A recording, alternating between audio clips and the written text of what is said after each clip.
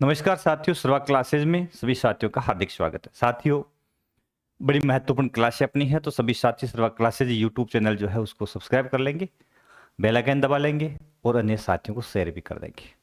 आज अपन देखते हैं नदी द्वारा निक्षेपित स्थल रूप कौन कौन से हैं, यानी नदी निक्षेपण से कौन कौन सी स्थलाकृतियां हैं उनका निर्माण करती है। यानी चंद पंक्तियों के साथ में क्लास को शुभारंभ करते हैं कि राहें जहां तक जाएगी राहगीर वहां तक जाएगा। राहें जहां तक जाएगी राहगीर वहां तक जाएगा। तुम दरिया से क्या पूछ रहे हो, नीर कहां तक जाएगा।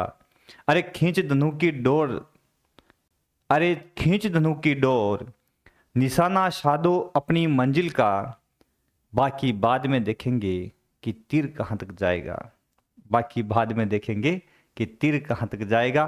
तो आपका जो प्रयास है वो कहें तो बड़े ऊर्जा के साथ में भरपूर होना चाहिए और पूरा प्रेशर, पूरा जोर और तन मन धन लगन, इन सभी के साथ में आप आगे बढ़ेंगे तब जिंदगी में सफल हो जाएंगे। तो नदी द्वारा निक्षेप से कौन कौन सी स्थलाकृति बनती है उसको अपन देखते हैं। तो नदी निक्षेपण से निर्मित स्थलाकृतियां जो है इसमें अपन देखेंगे आज। तो निक्षेपण से कौन कौन सी स्थलाकृतियां नदी बनाती है, कैसे स्थल बनते हैं, इसका पहला भाग ही है निक्षेपण का। तो एनसीईआरटी आधारित है और विभिन्न ऑथेंटिक बुक्स के द्वारा बहुत ही शानदार क्लासें आप तक पहुंचाई जा रही है। तो सभी साथी अवश्य क्लास के साथ जुड़े। देखते हैं नदी निक्षेपण से कौन कौन सी स्थलाकृतियां बनाती है। देखो, दो प्रकार की स्थलाकृति है कोई भी जो भूआकृतिक कारक वो बनाता है। एक तो अपन ने देखा था अपरदन से निर्मित। कोई भी भूआकृतिक कारक जो है वो दो तरह की स्थलाकृति बनाता है। एक तो वो कटाव से बनाता है जिसको अपन अपरदन कहते हैं, और दूसरी वो जमाव से बनाता है जिसे अपन निक्षेपण कहते हैं। जो भी पदार्थ है, कोई भी भूआकृतिक कारक है, चाहे प्रवाहित जल है, चाहे प्रवाहित हवा है, चाहे हिमानी है, चाहे लहर है, चाहे तरंग है, कहीं से भी कोई अवसाद यदि बहा करके काट करके लाता है तो कहीं ना कहीं उसका निक्षेपण अवश्य करता है। यानी एक निश्चित भाग पर ले जाकर के जब उसकी वहन कैपेसिटी कम हो जाएगी तो वहां पे उस पदार्थ को क्या कर देगा, जमा कर देगा। तो जो भूआकृतिक बाह्य भूआकृतिक कारक है ये अनाच्छादनकारी कारक कहलाते हैं। हालांकि यही कारक है जो धरातल का समतलीकरण करते हैं।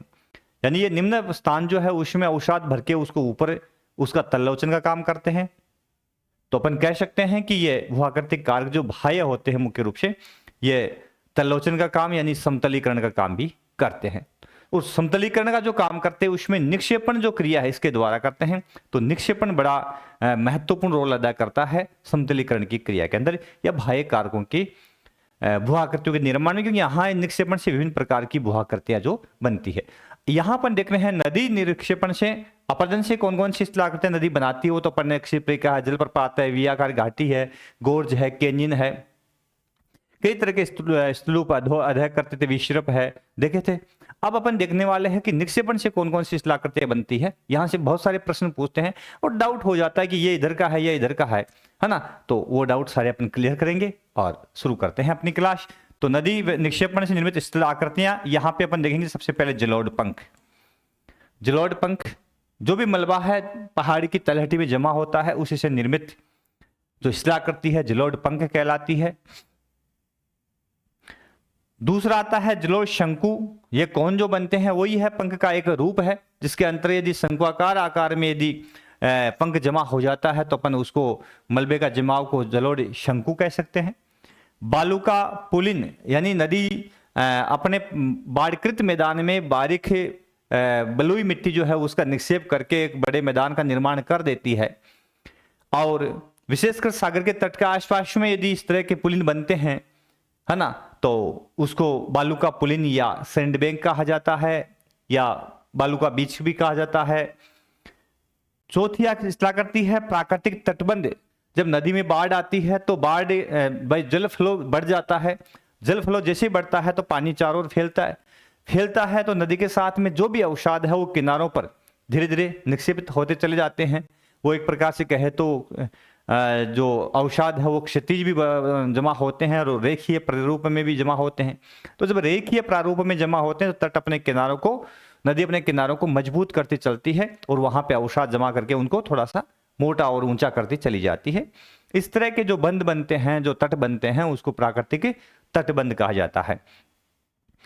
अगला है बाढ़ मैदान, जहां नदी का बाढ़ का पानी पहुंचता है, नई मिट्टी का निक्षेप होता है जो काफी उपजाऊ होते हैं और ये काफी महत्वपूर्ण होते हैं। तो जो फ्लड प्लेन्स होते हैं इनका बड़ा रोल होता है अपने आर्थिक जीवन के अंदर, क्योंकि ऐसे वे क्षेत्र है जो काफी उपजाऊ प्रदेश होते हैं और लोगों की आजीविका का प्रमुख स्रोत है। देश की अर्थव्यवस्था में इनका बड़ा रोल होता है। और अंत में जो स्थलाकृति बनती है उसका नाम है डेल्टा। अब डेल्टा बनता है नदी जब समुद्र में विलीन होती है। तो समुद्र में विलीन होने से पहले नदी काफी मंद ढाल पर प्रवाहित होती है और समुद्र में विलीन होती है उसको नदी का मुहाना कहा जाता है। तो मंद ढाल पे प्रवाहित होती है और काफी जो मंद ढाल होता है वहां पे नदी अनेक शाखाओं में बंट करके स्लो मोशन में आगे बढ़ती है और जो भी अवसाद मिट्टी गाद अपने साथ में लेकर के आई है उसका निक्षेपण और जमाव करती हुई समुद्र में विलीन हो जाती है। तो नदी की बारीक गाद चिक्का मिट्टी जो है उसके निक्षेपण से समुद्र के तट के पास में या नदी के मुहाने के पास में एक निक्षेपित स्तूप है जिसको अपन डेल्टा कहा जाता है, जो कि नील नदी का जो डेल्टा था, नील नदी जो है उसमें अवसाद और मलबा जो है बारीक मिट्टी है उसके निक्षेपण से ये एक डेल्टा का चिन्ह होता है। तो ठीक इस तरह की शिलाकृति देखी गई थी। तो सबसे पहले इसको हेरोडोटस जो था, इतिहास का पिता जिनको कहा जाता है हेरोडोटस, तो उन्होंने नील नदी के डेल्टा इस तरह की शिलाकृति को डेल्टा नाम दे दिया और फिर सभी प्रदेशों में जो डेल्टा है इसी नाम से सभी नदियों के जो मुहाने हैं वहां पर इस तरह की जो निक्षेप शिलाकृति है उसको डेल्टा के नाम से जाने लगा। तो ये शब्द है हेरोडोटस जो इतिहास का जनक, इतिहास का पिता कहलाता है, उसके द्वारा दिया गया है। अब देखते हैं पहली शिलाकृति। सबसे पहले जलोढ़ पंख क्या होता है। तो जलोढ़ पंख जो होता है वो मुख्य रूप से एक यहाँ शब्द ही पंख को फैन से लिया है। तो फैन की शेप में किस प्रकार से जलोढ़ है जो नदियों की पहाड़ों की तलहटी में जमा होता है। तो मान लेते हैं कि ये जो एक क्षेत्र है इस प्रकार का सा, और इस क्षेत्र के अंदर यह भाग पहाड़ी हो सकता है और यह भाग जो है वो मैदानी हो सकता है। इस भाग के अंदर मुख्य रूप से यहां वाला जो क्षेत्र है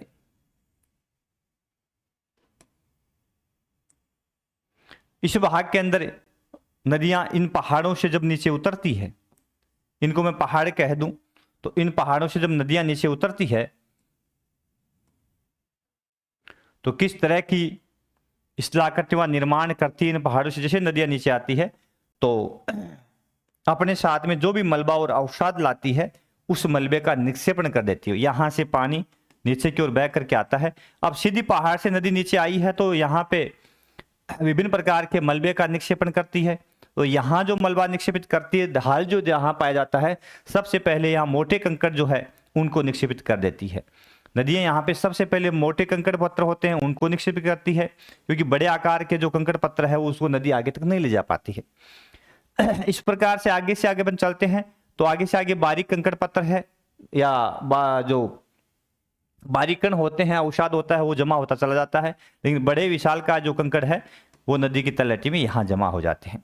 इस प्रकार से ये जो कीचड़ जमा है, ये मान लो एक शिलाकृति है, जैसे ये पहाड़ है, पहाड़ों से नदियां नीचे उतरी है, तो इस तलहटी में जो यहाँ पे निक्षेप हुआ है इसको अपन किस नाम से जानते हैं? इसको अपन जलोढ़ पंख के नाम से जानते हैं। तो ये ही जलोढ़ पंख है। अब इसे अपन लिखेंगे कैसे, किस तरह की डिफाइनेशन इसकी आ सकती है, कैसे इसको अपन डिफाइन कर सकते हैं? तो डिफाइन करने के लिए यहाँ आता है कि जब नदियां पहाड़ों से नीचे उतरती है तब अचानक नदी के वेग में कमी आ जाती है। कमी आ जाती है तो कमी आती है क्योंकि ऊपर नीचे उतरते ही सीधा आगे प्लेन स्थान मिलता है, ढालमंद हो जाता है। तो नदियां स्थूल पदार्थ जो भारी कंकड़ पत्थर होते हैं, चट्टानी अवशेष होते हैं, जो टुकड़े होते हैं, उस पदार्थ को आगे नहीं ले जा पाती है। पर्वत पाद होता है पर्वत की तलहटी वाला वह स्थान जहां पहाड़ खत्म होते हैं और आगे प्लेन शुरू हो जाता है। ये वाला इलाका है पर्वत पाद कहलाता है, या पर्वत की पदस्थली कहेंगे, या फिर जो पर्वत की तलहटी कह देंगे। तो इस भाग में अर्धवृत्ताकार आकृति में इस मलबे को नदियां छोड़ देती है, और यही अर्धवृत्ताकार जो आकृति में ये मलबा इकट्ठा होता है उसको क्या कहते हैं, जलोढ़ पंख कहा जाता है। समझ गए होंगे मेरे हिसाब से किस प्रकार से नदियां पहाड़ों से नीचे उतरती है तो जलोढ़ पंख का निर्माण कर देती है। दूसरी शेप साथियों आती है जलोढ़ शंकु। कोई फर्क नहीं है, ज्यादा फर्क नहीं है, सिर्फ शेप का फर्क है कि जलोढ़ शंकु जो होते हैं, शंकु जो होते हैं वो ऊंचाई में उनका शीर्ष जो है वो थोड़ा सा तीखा होता है, ऊंचे ज्यादा होते हैं पंख की बजाय, तो दोनों में यही डिफरेंस है ना। तो जब अधिक तीव्र ढाल से नदियां नीचे उतरती है तो जलोढ़ पंख यदि शंकुआकार जमा हो जाता है मलबा तो उसको अपन जलोढ़ शंकु कहते हैं। तो बात तो वही है, ज्यादा कोई इसमें डिफरेंस वाली बात मेरे को नहीं नजर आ रही है। जैसे पहाड़ी धरातल है और उस पहाड़ी धरातल से नदियां जैसे ही नीचे उतरती है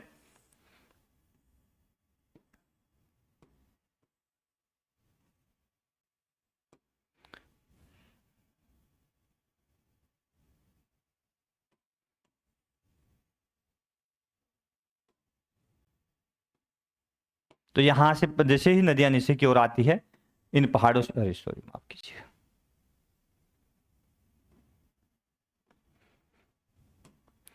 तो यहां से इन पहाड़ों जैसे नदियां नीचे आती है तो यहां आते ही वो जो भी मलबा है उसको यदि वी शेप में इस प्रकार से शंकुआकार जमा कर देती है, इस शेप में मलबा जमा कर देती है इन पहाड़ों से नीचे उतरती हुई नदियां, तो इस तरह की जो शिलाकृति बनती है उसको जलोढ़ शंकु के नाम से जाना जाता है।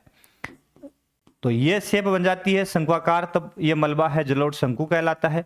अब ध्यान सिर्फ ये रखना है मेरे दोस्तों, ध्यान क्या रखना है कि जलोढ़ शंकु जो है ना उसका निर्माण होता है शुष्क और अर्ध शुष्क भागों में, है ना। ये कहाँ बनते हैं, ये जो मलबा शुष्क और अर्ध शुष्क होता है, शुष्क व अर्ध शुष्क जलवायु क्षेत्रों में, शुष्क व अर्ध शुष्क जलवायु भागों में जो शिलाकृति बनती है वो जलोढ़ शंकु की बनती है। और जो आर्द्र प्रदेश होते हैं उन आर्द्र प्रदेशों में मुख्य रूप से ये जलोढ़ पंख बनता है, ये बनता है आर्द्र जलवायु प्रदेश में।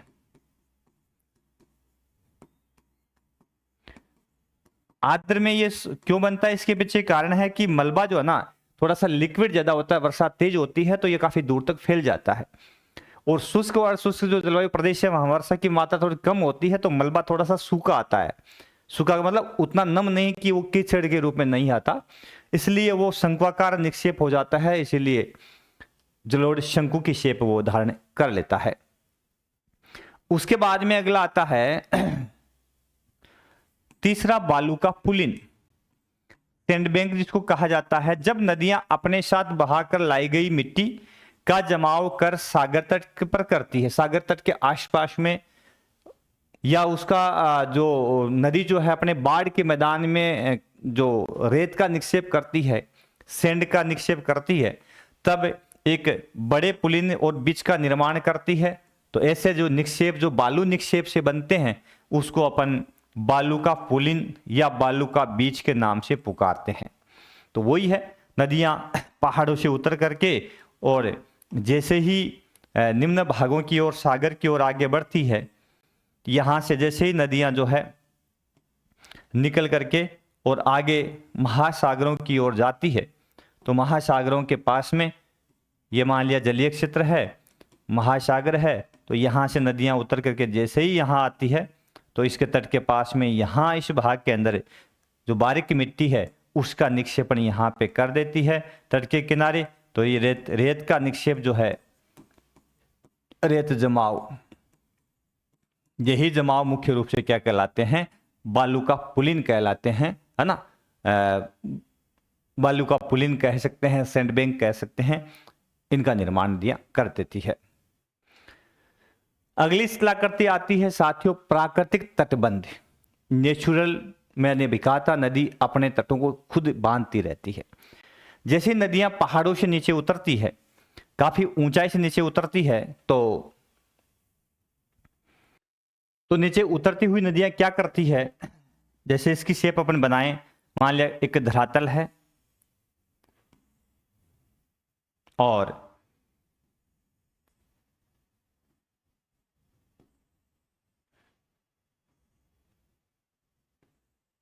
ये मान लेते हैं एक धरातल है, ठीक है ना, और इस धरातल के अंदर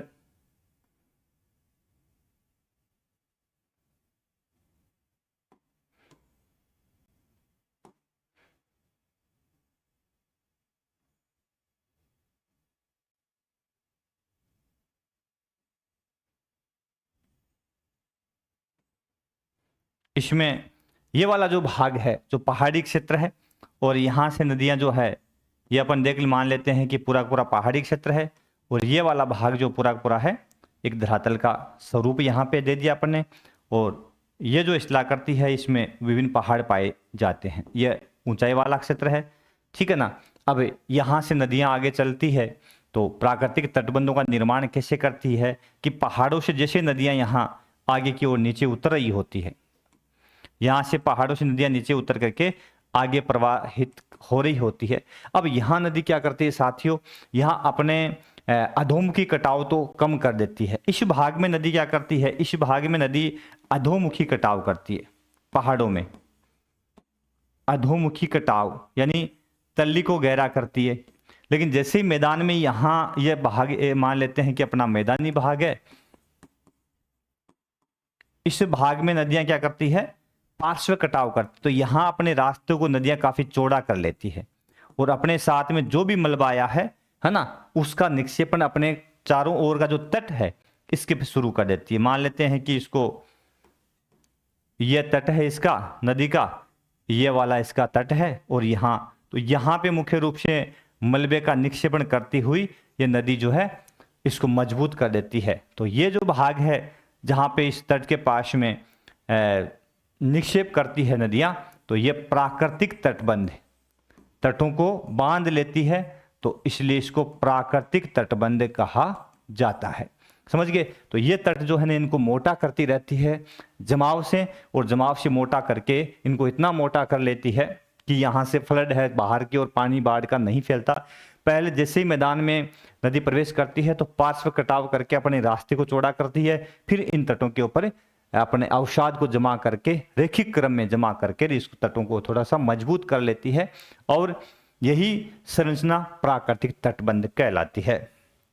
तो यहाँ अपन देखते हैं कि नेचुरल लेव्स क्या होता है। तो बाढ़ मैदानों में बड़ी नदियों के किनारों पर स्थूल पदार्थों का रैखिक समानांतर और निम्न कटक के रूप में पाया जाना मुख्य रूप से क्या कहलाता है, प्राकृतिक तटबंध कहलाता है। तो कहाँ पे, मैदानी भागों में प्रवेश करने के बाद में नदियां इस तरह की आकृतियां हैं, इस तरह की शेप है, उसका निर्माण करती है। समझ में आया होगा, मेरे हिसाब से समझ में आ जाना चाहिए, कोई ज़्यादा हाई फाई चीज़ तो नहीं है। फिर आता है विसर्पिरोधिका। अब देखो प्राकृतिक तटबंध बनाती है, ठीक है ना, और उसके साथ साथ में नदी विसर्प बनाती है। विसर्प की बात कही है अपन ने, तो जो अपरदन वाला इस विसर्प पढ़ा था वो अपन ने पढ़ा था नदी के द्वारा जो पहाड़ी क्षेत्र है जहाँ नदी युवावस्था में होती है वहाँ अपरदन कार्य से विभिन्न घाटियों से होकर बहती है, तब वो अधोमुखी अधःकर्तित विसर्प बनाती है। अधःकर्तित विसर्प का निर्माण करती है अधोमुखी कटाव करके। तो उन भागों में तो विसर्प काफी गहरे होते हैं, उनकी गहराई होती है, लेकिन बाढ़ के मैदानों में जब नदी विसर्प बनाती है वो मंद ढाल के कारण बनाती है। तो यहाँ जो विसर्प बनता है, जो विसर्प बनता है तो इसको मैं बाद में देखते हैं, थोड़ा सा आगे चलें तो पहले उससे पहले विसर्प देखेंगे अपन, है ना।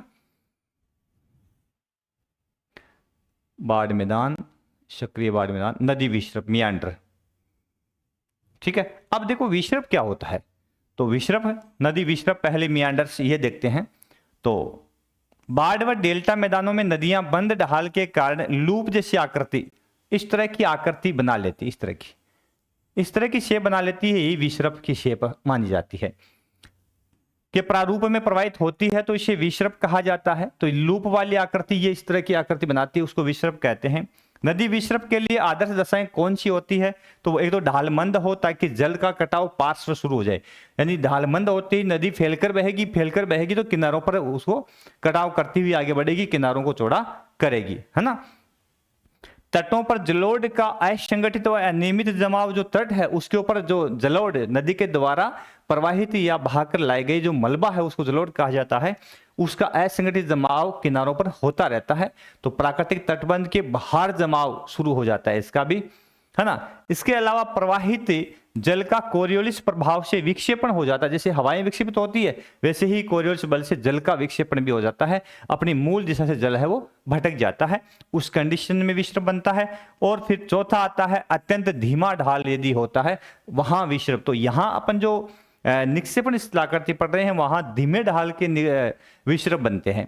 और जो अपने युवावस्था की बात की थी वहां पे जो विक्षेप बनते हैं वो गहरी घाटियां और उबड़ खाबड़ धरातल होने के कारण विक्षेप बनते हैं, वहां ढाल तो तेज होते हैं, लेकिन यहाँ विक्षेप जो बनते हैं धीमे ढाल के कारण बनते हैं। अब विक्षेप की शेप बनती कैसी है, तो यहाँ थोड़ा सा अपन देखें कि एक नदी है इस रूप में प्रवाहित होती है।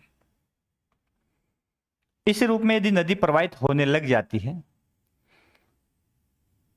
तो ये शेप है, इसको अपन क्या नाम देंगे, नदी विक्षेप।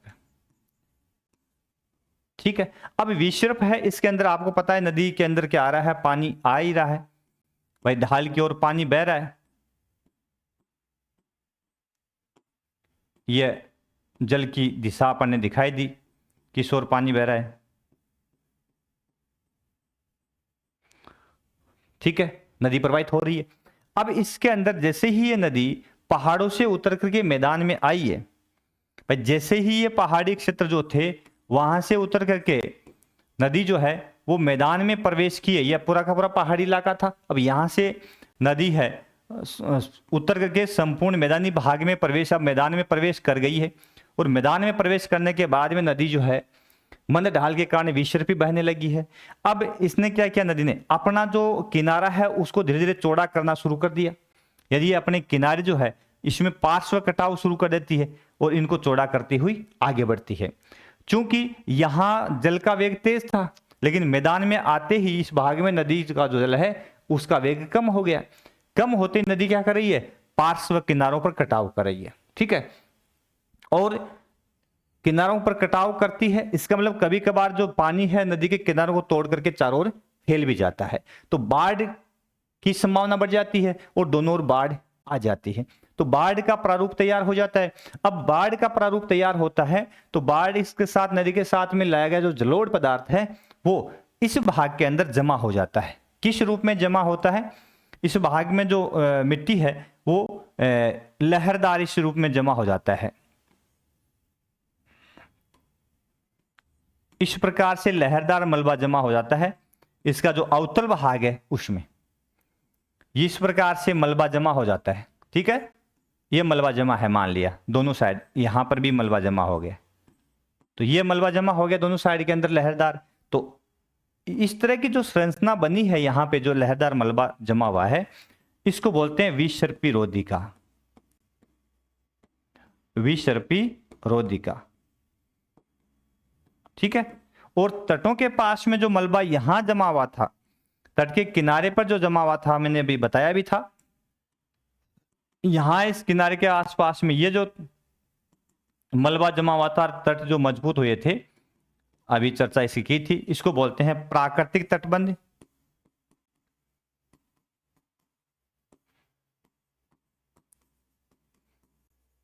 ये हो गया प्राकृतिक तटबंध। अब दूसरी क्या बनती है, यहां एक लूप बनता है, एक झील बनती है, तो यहां पर भी झील बनती है। अब नदी में जब प्रारंभिक अवस्था में पानी बहुत ज्यादा था तो ये कटाव कौन सा करा था, ये जो ढाल है, उत्तल ढाल जो है इसके अंदर की ओर कटाव करा था, यानी यहां से तो जमाव करा था, यहां पे तो मलबा इकट्ठा हो रहा था और यहां कटाव हो रहा था, तो इसको कटाव करते करते यहां तक इसको काट करके ये मलबा भाग करके ले गया। समझ गए, इस तरह का थल्ला सा है, यहां पे कट गया।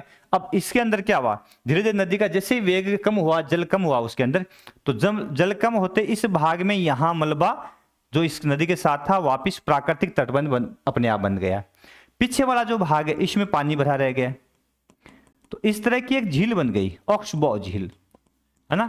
ये पानी भरने से तो ये एक झील बन गई, और इस तरह की झील को क्या कहा जाता है, कौन सी झील बनी है, गोखुर झील। गोखुर झील बनी, है ना, ऑक्सबो लेक बन गई है।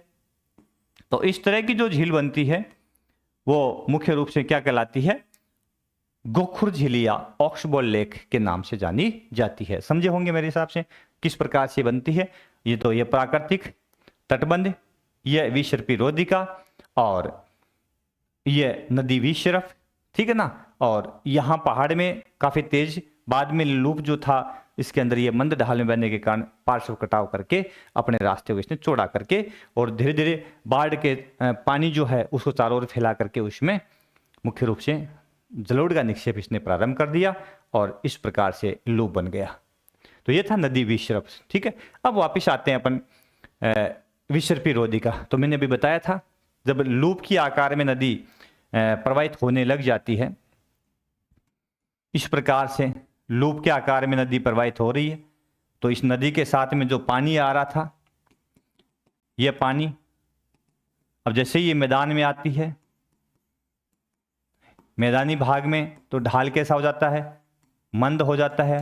तो मंद ढाल के कारण अब इसके चारों ओर जो मलबा साथ में आया था वो लहरदार, इस प्रकार से मैंने कहा था इधर लहरदार जमा हो जाता है ना। इस प्रकार से लहरदार मलबा है वो जमा हो जाता है। तो ये लहरदार जो मलबा जमा हुआ है इसी का नाम विसर्पी रोधिका है। अभी अपन ने बताया था विसर्पी रोधिका,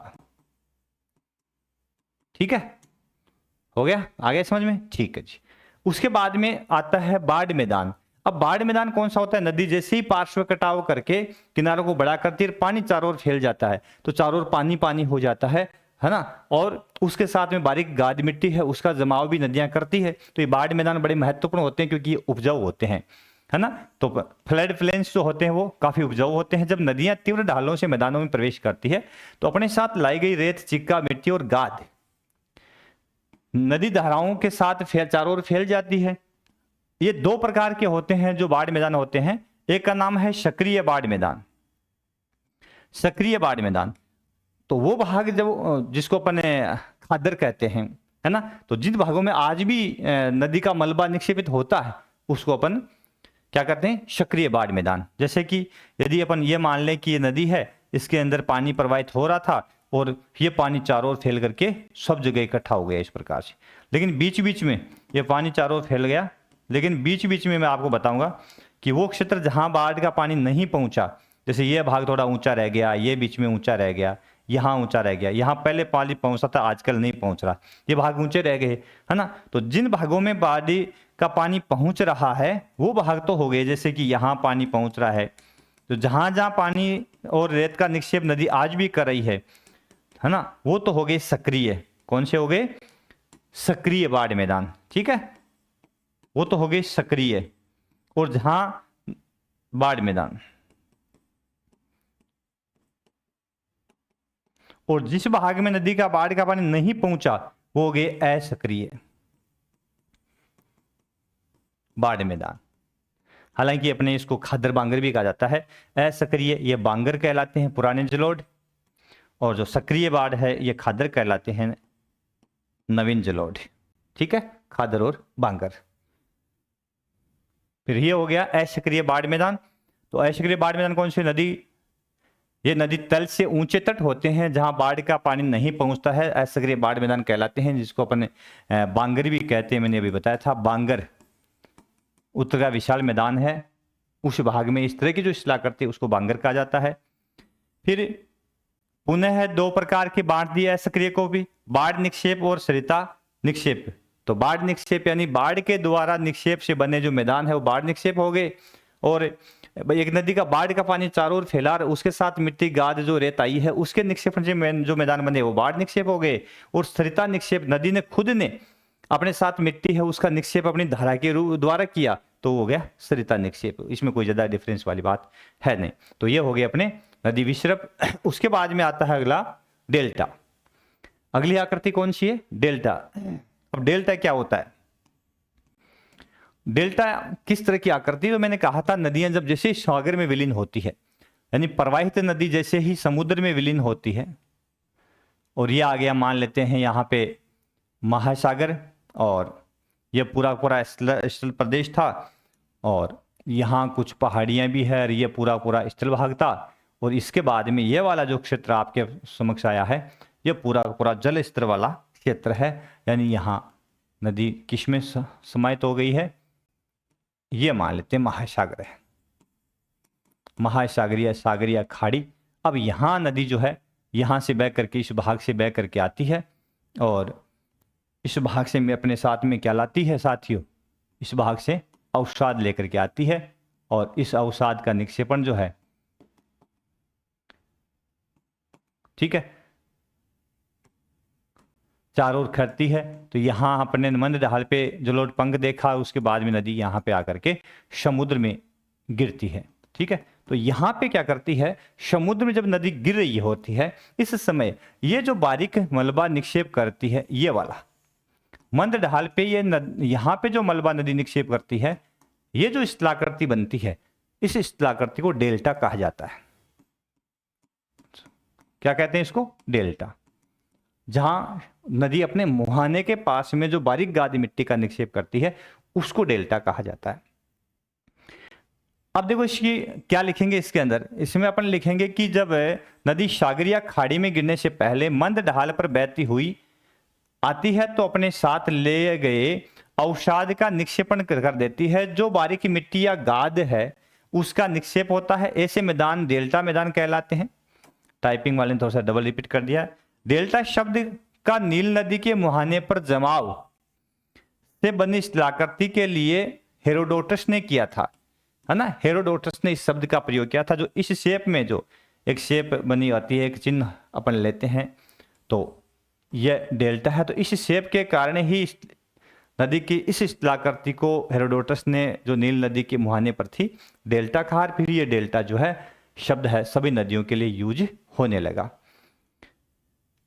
अब डेल्टा जो है उसके कई प्रकार मिलते हैं साथियों। अपने जो नदी समुद्र विलीन होती है तो कई प्रकार से मलबे का निक्षेप करती है। वो कई प्रकार कौन कौन से है, तो देखो कई प्रकार के निक्षेप बनाती है। जैसे कि आकार के आधार पर डेल्टा के प्रकार है चापाकार। जब एक चाप काटते हैं, वृत्त का अपने एक चाप काटते हैं इस शेप में यदि मलबा निक्षेपित कर देती है ना, तो चापाकार।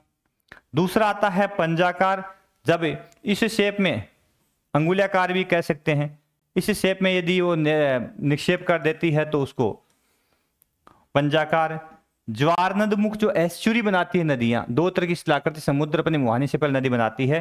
तो एस्चुरी एक सीधी अवनलिका के माध्यम से नदी सीधी समुद्र में उतरती है। तो कभी कभार नदी क्या करती है, अपनी एस्चुरी को अपने साथ भाग लाए गए मलबे से भरती रहती है।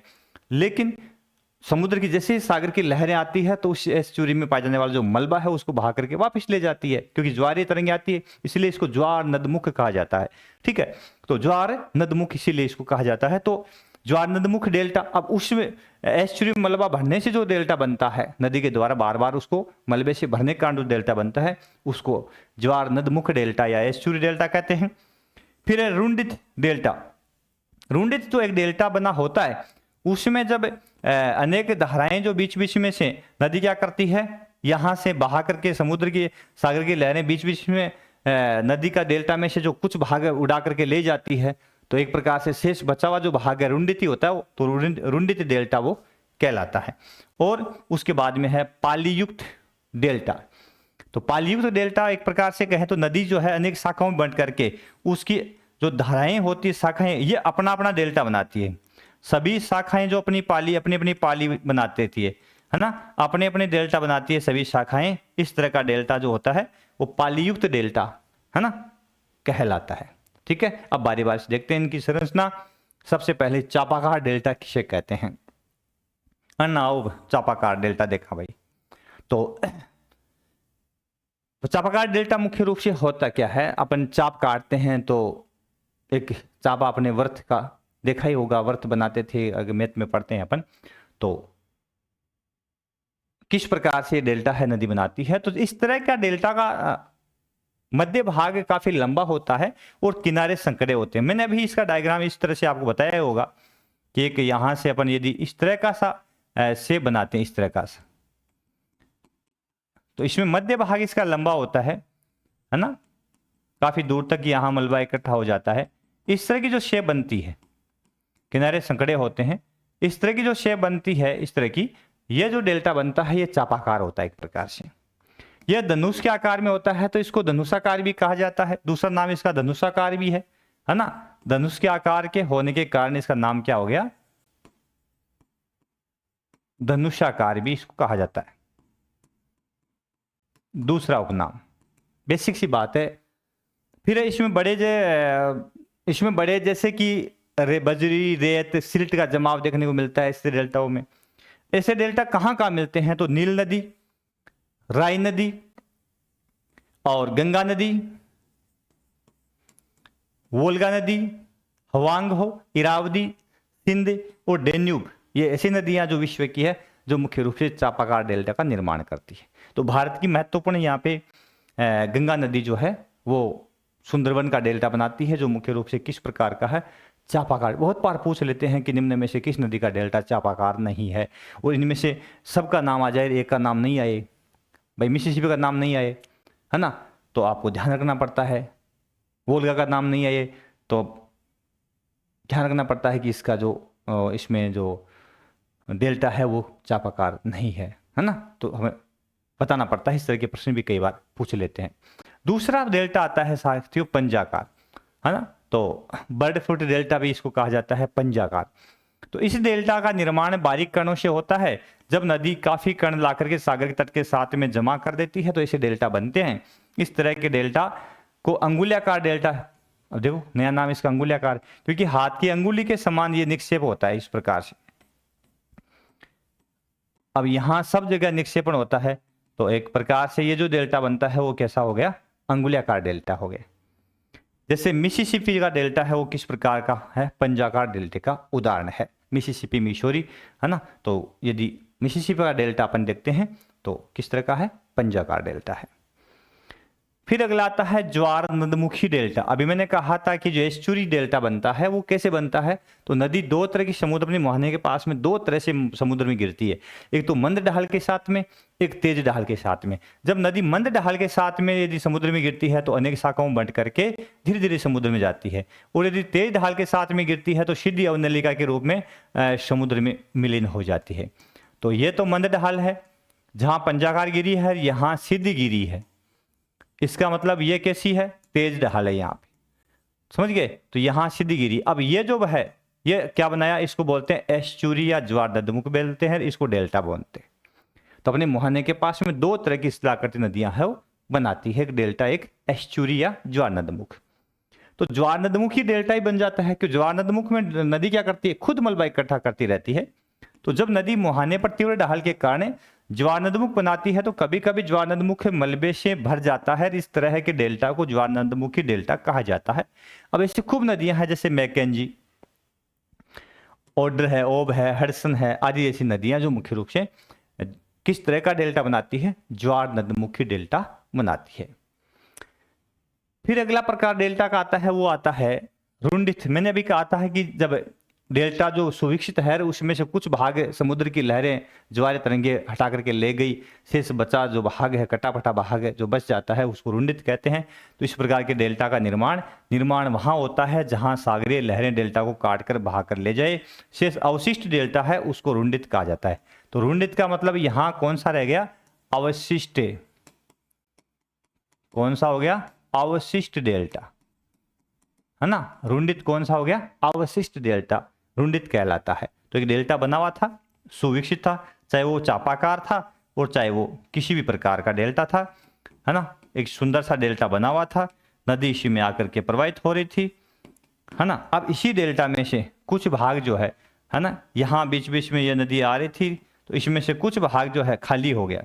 यहाँ से समुद्र की लहरें आई और उन लहरों से बीच बीच के भाग है यहाँ से उठा करके समुद्र में ले गई, और शेष बचा जो भाग है वो किस प्रकार का डेल्टा हो गया? रुंडित डेल्टा, है ना। क्षत विक्षत डेल्टा, रुंडित डेल्टा, है ना, अवशिष्ट डेल्टा, ये बन गया। फिर पांचवा प्रकार है पालीयुक्त या पालीयुक्त। तो पालीयुक्त कौन सा हो गया? तो ये हो गया लोबेट डेल्टा। कौन सा होता है? मुख्य रूप से जब एक नदी अपने मुहाने के पास अनेक धाराओं में बंट जाती है, मैंने भी कहा था, अनेक धाराओं में नदी बंट करके प्रत्येक धारा अपना डेल्टा बनाती है। बड़ी नदी आ रही थी, यहां आते ढालमन था तो इसकी अनेक शाखाएं हो गई, है ना। ये लो, फिर ये नदी यहां अपना डेल्टा खुद बना रही है, ये यहां पे अपना डेल्टा खुद बना रही है, यहां पे अपना डेल्टा खुद बना रही है, ये धारा अपना डेल्टा यहां बना रही है, ये धारा अपना डेल्टा यहां बना रही है। तो सभी अपने अपने डेल्टा बना रही है भाई। तो इस तरह का डेल्टा जो जगह होता है वो मुख्य रूप से किस तरह का होता है, पालयुक्त या पालयुक्त डेल्टा। ठीक है, तो इस तरह के डेल्टा पालयुक्त होते हैं। तो वर्तमान इस तरह डेल्टा पालयुक्त डेल्टा कहलाते हैं। समझ गए होंगे, सिंपल सी बात है, ये तो कोई ज्यादा हार्ड नहीं है। ठीक है ना, जब नदी अनेक शाखाओं में बन जाती है तो उसके डेल्टा अलग अलग होते हैं। तो डायग्राम कैसे, ये नदी थी वो अनेक शाखाओं में बंट गई, अब प्रत्येक इसकी शाखा जो है वो अपना खुद का डेल्टा बना रही है।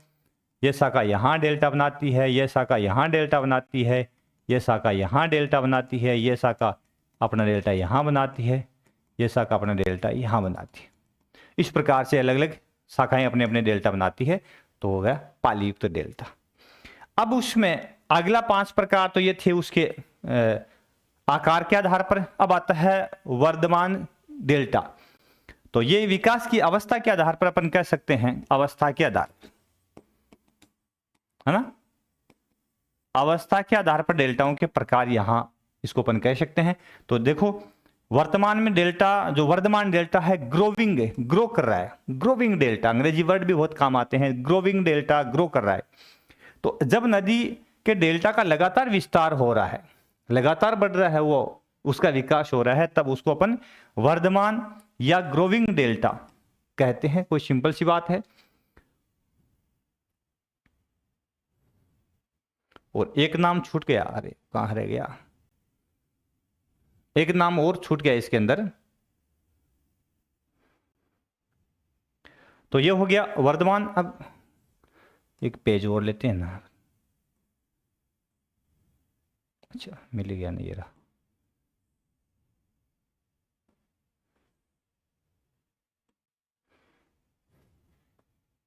अब अगला एक डेल्टा और रह जाता है यहां पे, उसका नाम है, ये हो गए थे शायद अपने 7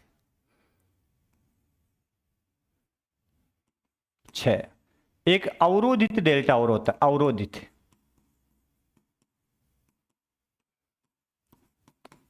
शब्द से ही उत्तर निकल जाता है, अवरोधित। जब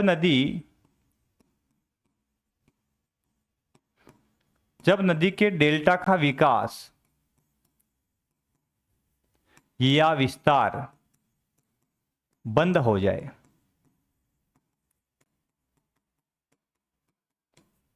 तो ऐसे डेल्टा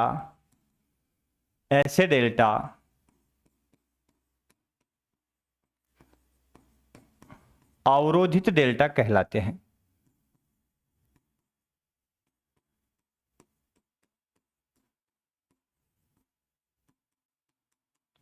ठीक है, इस तरह के डेल्टा जो बनते हैं वो कैसे बनते हैं, अवरोधित डेल्टा कहलाते हैं, जब उनका विस्तार बंद हो जाए। तो ये विकास की अवस्था के आधार पर 2 प्रकार, एक तो वर्धमान है ना, एक अवरोधित डेल्टा। ठीक है, तो ये था नदी द्वारा निक्षेपित प्रमुख स्लोप। तो सभी साथी क्लास कैसी लगी कमेंट बॉक्स में अवश्य बताएं, क्लास को लाइक शेयर सब्सक्राइब अवश्य करें मेरे सभी साथी।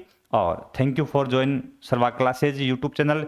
सर्वा क्लासेज का अपना खुद का एप्लीकेशन है, तो प्लीज़ यहाँ से एप्लीकेशन जो play store Google play store वहाँ से इंस्टॉल भी कर सकते हैं आप, है ना। और आपका सपोर्ट ही हमारी ताकत होगी, ताकि हम आपके लिए बहुत ही शानदार क्लासें हैं एक से बढ़कर एक लाते रहेंगे और आपका सहयोग यूँ ही करते रहेंगे।